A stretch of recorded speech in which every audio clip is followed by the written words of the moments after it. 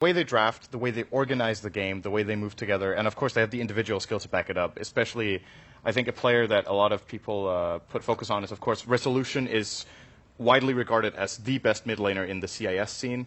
And then you've got Aloha Dance, who I think has really stepped up his game on key heroes. For example, his Rubik, and I think he also plays the Wyvern. They're just a really solid team. This tournament, I think they just came off. They just came off on the wrong foot in the start. It didn't work out, and now it's all about the mentality, about whether they can pull it back. Because I don't have a single doubt in my mind that if they're playing 100%, they are a top contender in this group. Like, they could easily have finished top 2. I think that might be completely out of reach now, or at least like exceptionally difficult. They need to win the remaining games, and other teams need to lose and whatnot. But at this point, they should definitely be fighting, of course, for the winner bracket. Maybe the meta has taken them a bit by surprise. What picks are priorities here? But I honestly just feel like all the really top picks are great for them. It's maybe about how they play against them, because they are a very aggressive team. They're very team fight oriented, and you just look at the picks that get picked in this tournament. I mean, it's right down Empire's alley. When this patch came around, everybody said, everybody had to learn how to adapt to the patch. Well, Empire was already before the patch playing the same style, so that's why they started dominating at first, right? Because they already played the style that the patch favored, and I feel like just all the other teams kind of caught up on it, and now having more experience, they still play the same, yet everybody else has kind of surpassed them, or at least that's what it feels like this tournament. But if you would ask me indeed before the tournament, I would have also given Empire quite a high ranking. This tournament, I'm not sure what's throwing them off their game, but definitely something is. Although they should be more familiar with EG, I think, in terms of opponents. So if they're going to win a 2-0 series, I think this could be it. All right. What about you, Ben? I mean, how are you looking at Empire right now? Again, rough start, but how much do we look into that? It's tough just because it's like randomly one person just has an off game. Like Resolution on a Storm Spirit, we thought he made some dubious plays throughout, and it just always seems like they're not clicking. Like the Wisp Tiny game, they just didn't really play that well around their team. They're like always as a unit as like 2 and 3 as opposed to a unit of 5, which I kind of knew them for a few months ago. I think this matchup versus EG is actually going to be really tough. I would be surprised if they took one game off, unfortunately, just with the way that Empire has been playing throughout. But I have high hopes for them. They've traditionally matched up very well versus them. I just think they need to go back to the 5-man, maybe even like eHome's style of play that we saw in the last game. Just very tight teamwork and chemistry without any weaklings. And the more they split up, the weaker they get. All right. And also for Empire, I mean, on our team sheet, we were talking about kind of the niche pick as that off-lane Sand King. Do you think that's going to be possibly up to contention? Because we did see it just come out for EG in the previous match. I don't think it's anything that EG is going to be surprised by. If anything, they'll either see it coming and ban it if they don't want to face it, or they'll be prepared for it because, I mean, not only do they know it's their niche pick as well, but they also play it themselves, so they're kind of more aware of it in that case. In that case, I think it won't be a surprise, I think, for them if it comes. But I would agree, though. It is pretty likely that this gets picked at least in one of the two games. But they play them very differently. That's the important thing to keep in mind, is that when EG pick it, it's rarely for Universe. They did do it this game in this series, though, but most of the time they put it on AUI when they feel like they can go a little bit more greedy with their lanes. When PPD identifies, okay, the enemy team is not very likely to challenge us on our safe lane, we can put Sand King in the jungle maybe 2/3 of the first 10 minutes, get a fast Blink Dagger, and then AUI goes to work.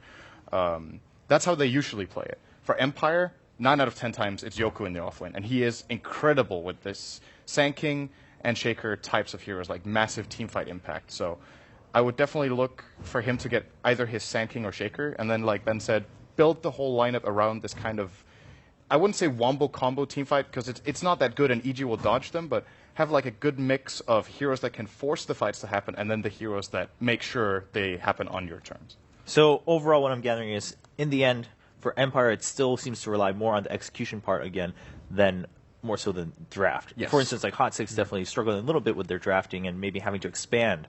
But Empire, in game, that's where they need to focus. Again, gather just together as 5. And, Ben, you mentioned this in the very first day when we saw them. They looked super defeated after their game, contrary to most other teams where they were like, oh, it's a best of 2, it's group stage. They seem to be talking about, all right, where can we fix it? Where do we want to improve? But Empire, we didn't see much communication on day one, whether it was a win or a loss. Yeah, morale did not seem very good for their team. It was probably not unlucky of them for them to draw Vici in the first round. I think if they had faced a weaker opponent and gone 2-0 in that first match, things would be a lot different. They seem to, I don't want to say emotional team, but just streaky in general. I think one particular player that hasn't delivered like he normally has is Aloha Dance. Aloha Dance is one of the scarier roamers. I would even compare him to Sneeko on some aspects, especially with heroes like Rubik.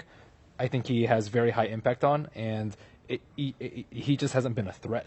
I just never feel like the team that's playing against Empire is scared of really that much anything. They feel comfortable and in control the whole game. And Empire before is like the team that always throws you off. You don't know where Aloha Dance is going to be. Resolution is getting out of control. Yoki is going to make big plays here and there, and it just hasn't been very formidable. Could it be that maybe Aloha Dance, he's a very young player. He has, of course, been in multiple lands already. Could it be that here, maybe a different setting, all these people, slightly nerves getting to him?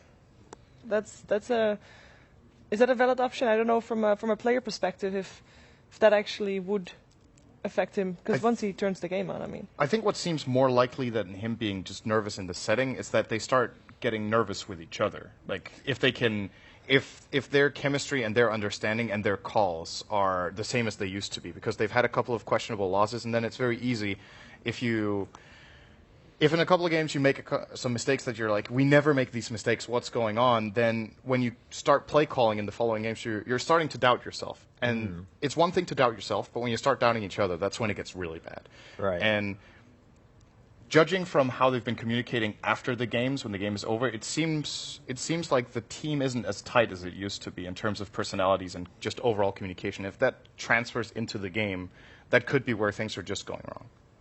Okay. Ben, what do you think about that? The outside factors, which do you think is affecting Empire more? Or, of course, we can't tell for sure, right? We're not in there with them.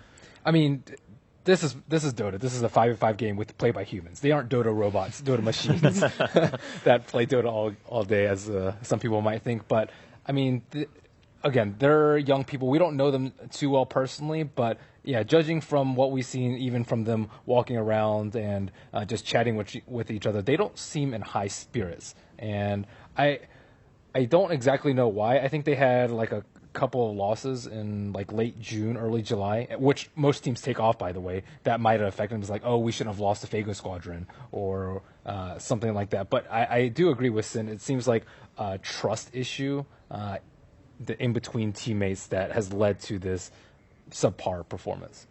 All right. Well, game one about to start. And actually, as we talk, I find it very interesting because in whether it's sports or any competition, a lot of times when it comes to the top of the top, right, with the world championship for any topic, generally you'll always have, whether it's certain players or certain teams that come in saying like, oh, we're really happy we're here. We're just really happy we're here. Of course, we're going to do our best, but we're content that we qualified for whether it's TI or, the World Cup or something like that. But then here, when we look at those player stories or we hear from the players in interviews, they're like, we're aiming for top 8. We're aiming for the championship again.